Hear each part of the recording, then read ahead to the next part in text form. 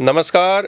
Iran Israel युद्ध के बाद देश में एलपीजी गैस और पेट्रो पदार्थों का संकट धीरे धीरे गहराने लगा है। हम हरियाणा की बात करें तो कमर्शियल सिलेंडर जो यूज़ होते थे उनको बंद कर दिया गया है या बहुत ही लिमिटेड बुकिंग की जा रही है। एलपीजी को लेकर भी लोगों में काफ़ी चिंता सताने लगी है। जो डोमेस्टिक सिलेंडर है उसको लेकर भी काफ़ी दिक्कतें अब सामने आने लगी है। तो ये जो विश्व स्तर का युद्ध चल रहा है उसकी आँच आपके घर तक, मेरे घर तक, हम सब के घर तक आ गई है। और जिस चीज़ से घर में खाना बनता है, जिस आँच पे खाना बनता है, वो एलपीजी की उपलब्धता एक बड़ा संकट हो गया है।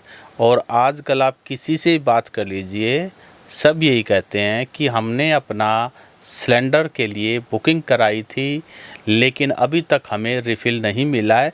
एक तरह से जब से लोगों को ये पता लगा है कि एलपीजी की शॉर्टेज हो सकती है, हालांकि सरकार, प्रशासन सभी मना कर रहे हैं कि कोई शॉर्टेज नहीं, लेकिन एक पैनिक बाइंग हो रही है कि एडवांस में स्टॉक करके रख लेते। क्या पता विश्व स्तर पर जो युद्ध है ये लंबा चल जाए और हम खाना कैसे खाएंगे, कैसे बनाएंगे अगर हमारे पास एलपीजी नहीं होगी। तो अभी हम सत्सिंह जी और मैं दोनों अभी सिरसा गए थे एक कवरेज के लिए। तो वहाँ पे फतेहाबाद के आसपास सर ढाबे पर रुके थे हम।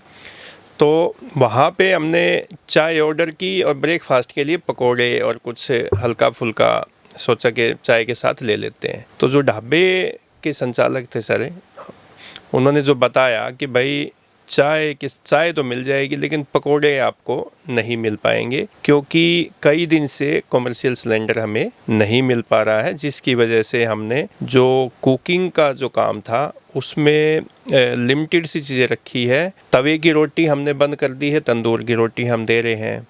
जो गैस पे जो हम सामान जो बनाते थे खाने पीने का, वो काफ़ी हमने कम कर दिया है। सब्जी जो है लिमिटेड सी बनाते हैं, क्योंकि ज़्यादा सब्जियां बनाएंगे तो ज़्यादा गैस की खपत होगी। तो उन्होंने बताया कि अब आपको केवल चाय मिलेगी, तवे की रोटी अगर आपने खानी है तो वो नहीं मिलेगी, तंदूर की रोटी मिलेगी। आपकी पसंद की सब्ज़ी हम सारी नहीं बना पाएंगे, जो भी 2-4 सब्ज़ी हमने बना रखी है वो मिलेगी। तो ये एग्ज़ाम्पल मैं इसलिए दे रहा हूँ क्योंकि कई दिन से गैस की एलपीजी डोमेस्टिक और कमर्शियल को लेके लोगों में तरह तरह की भ्रांतियाँ थी। ये एक छोटा सा एग्ज़ाम्पल है। वैसे गैस एजेंसियों के बाहर लंबी लाइनें भी लगी हुई है। कमर्शियल सिलेंडर जो है उसकी खपत जो है वो ज़्यादा थी, अब उसमें कटौती कर दी गई है, बुकिंग नहीं हो पा रही है। कई जगह पे गैस की कालाबाजारी भी सामने आई है। हालांकि प्रशासन सरकार जो है वो दावा कर रहे हैं कि ऐसा कुछ नहीं है। तो सत्सिंह जी, आप इसमें ये बताना कि कितने हरियाणा में एलपीजी के डोमेस्टिक कनेक्शन है, कितने पीएनजी की सप्लाई है और कितने कमर्शियल सिलेंडर यूज़ होते हैं। देखिए, चलो ये तो डेटा की बात है। 80 लाख के करीब जो हैं हमारे पास मेन एलपीजी के जो कनेक्शंस हैं ये हैं। और इसमें एक बड़ा जो नंबर है वो प्रधानमंत्री उज्ज्वला योजना के तहत जो गरीब लोगों को पिछले दिनों जो गैस के कनेक्शंस दिए गए, जिस हिसाब से जोड़ा गया ऐसे परिवारों को भी, तो उनका भी एक साइजेबल नंबर है। पीएनजी का कोई ज़्यादा बड़ा नंबर नहीं, पर फिर भी 11 लाख के करीब, अगर मेरा आंकड़ा 11 या 4 लाख के आसपास, 4 लाख के करीब जो है ये आंकड़ा है। तो कहने का मतलब ये है कि अब ना रियलिटी जो है वो शुरू में प्रशासन ने मना किया, सरकार ने मना किया, लेकिन अब तो प्रधानमंत्री नरेंद्र मोदी ने भी ये कहना शुरू हुआ है कि भाई मुश्किल समय है और पूरे देश को, सबको इसका सामना बड़े संयम से करना है, बड़ी समझदारी से करना है। मुझे ओपी जी ये इसी बात को लेकर कुछ याद आ रहा है। मुझे तो याद आ रहा है कि देखो, इंडिया की बात करें और आप तो हरियाणा के गांव में पले बड़े हुए हैं। हमारे जो परिवार में आप ये मानिए कि हमने कहानियाँ सुनी हैं पिताजी से, दादा से और दादी से कि उस समय जैसे 1962 का युद्ध हुआ, 65 का युद्ध हुआ, देखो जब कभी भी वॉर लाइक सिचुएशन होती है ना, तो उस समय सबसे सेफ और जो जीवन दिनचर्या जो है वो गांव में सबसे बढ़िया तरह से चीज़ें होती है। एक तो लोग संगठित होकर रहते क्योंकि गांव बेसिकली एक बड़ा परिवार है, तो अगर गांव के लेवल पे इसको कैसे डील किया जाए तो उन्होंने तो अपने ऐसे समय के लिए बटोड़े जो है ना। अभी रिसेंटली एक और एग्जांपल दे सकते हैं कि जब 2020 में कोविड की महामारी आई तो भी लोग जो है ना वो शहर से गांव की तरफ शिफ्ट होने लग गए थे, खेतों में जाने लग गए थे। कुएं तो रहे नहीं, तालाब जोहड़ मंदिरों में जैसे वहाँ पे घूमना फिरना, क्योंकि अपने गांव में आपने देखा भी होगा कि ये मास्क वास्क ना कम लगाते थे। शहरों में तो मास्क लगा के हर बंदा बाहर निकलता क्योंकि प्रशासन की भी टोका टाकी रहती थी, अधिकारियों की, पुलिस की भी। लेकिन गांव में मास्क नहीं लगाते थे, वो खेतों में घूमने चले जाते थे, वो मंदिरों में या कहीं बाहर जो भी पार्क वहाँ घूमते थे। तो तब भी लोग शहर से गांव की तरफ शिफ्ट होना शुरू हो गए थे। और वो पहले कहते थे ना कि जब चूल्हे के पास बैठ के रोटी माँ के हाथ की खाते हैं ना तो उसमें और ज़्यादा भावनात्मक रूप से जुड़ाव बनता है कि भाई माँ के हाथ की रोटी के साथ ना माँ की भावना भी जुड़ी होती है। तो चूल्हे की रोटी की बात करते थे तो पीछे तो ये कहने लग गए थे कि भाई गैस के कनेक्शन लोगों के पास नहीं है, गैस के कनेक्शन लोगों को मिले नहीं, ये पॉलिटिकल बातें मैं बता रहा हूँ आपको। तो लोगों ने, जो हमारी माताएं हैं, बहनें हैं, वो चूल्हे पे रोटियां बना बना के वो उनकी ना आँखें ख़राब होगी, उनके जो लंग्स ख़राब हो गए और बहुत सारी चीज़ें ऐसी कहने लग गए थे। लेकिन अब आप देखोगे जब गैस के कनेक्शन या गैस की जब खपत अब कम हुई है, खपत ज़्यादा हुई है और डिमांड सप्लाई जो है कम है, तो अब वापस फिर लोगों ने वही अपना ईंधन जो गांव में बोलते हैं, जैसे सरसों काट के वो उनके सरसों के ठासरे बोलते हैं, आपके अरहर की जो फसल होती है उसका गांव में से लकड़ियाँ काट के इकट्ठे गट्ठे बना के रख लेते हैं। और जो अभी आपने बात की कि बटोड़े गांव में लगा रखे हैं तो वो अब उनको मुँह खोल देंगे, तो ये बात सही है। लेकिन ये आपदा में अवसर वाली बात कह सकते हैं कि भाई गैस की सप्लाई नहीं है, कम है, तो आप उसकी तरफ जा रहे हैं।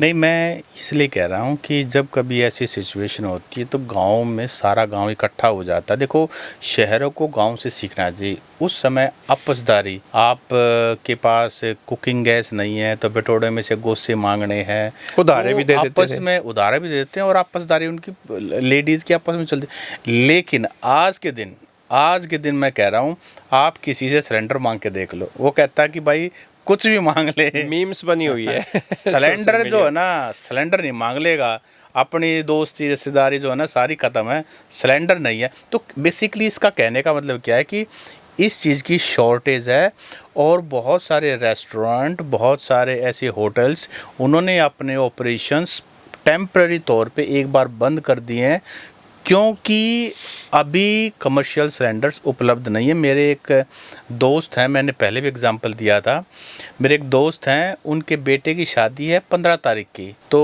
अब रिचुअल्स तो गांव मतलब लोग रिश्तेदार आना शुरू हो जाते हैं तो 11 तारीख से ही।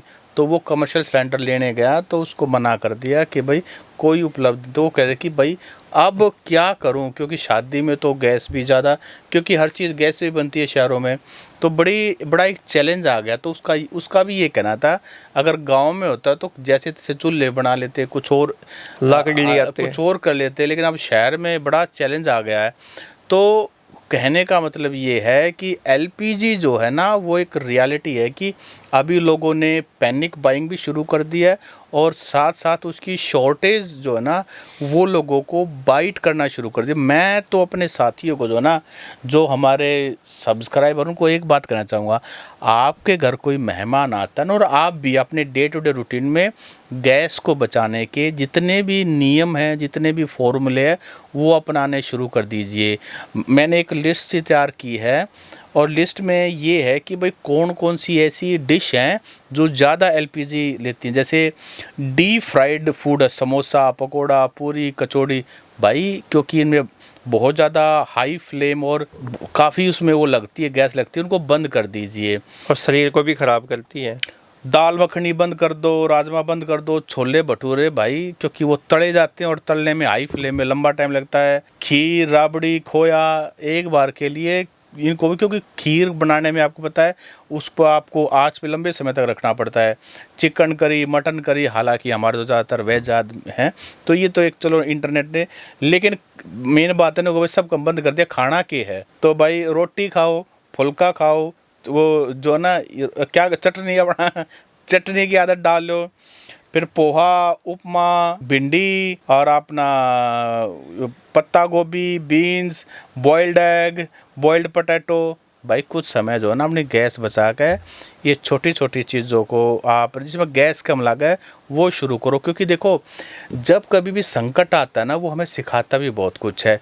अगर मानवता सभ्यता इतने लंबे समय तक जिंदा रह पाए ना, क्योंकि हम अडेप्टेबल रहे, हमें आदत पड़ गई है हर चीज़ की आरामदायक, हर चीज़ों को उपलब्धता।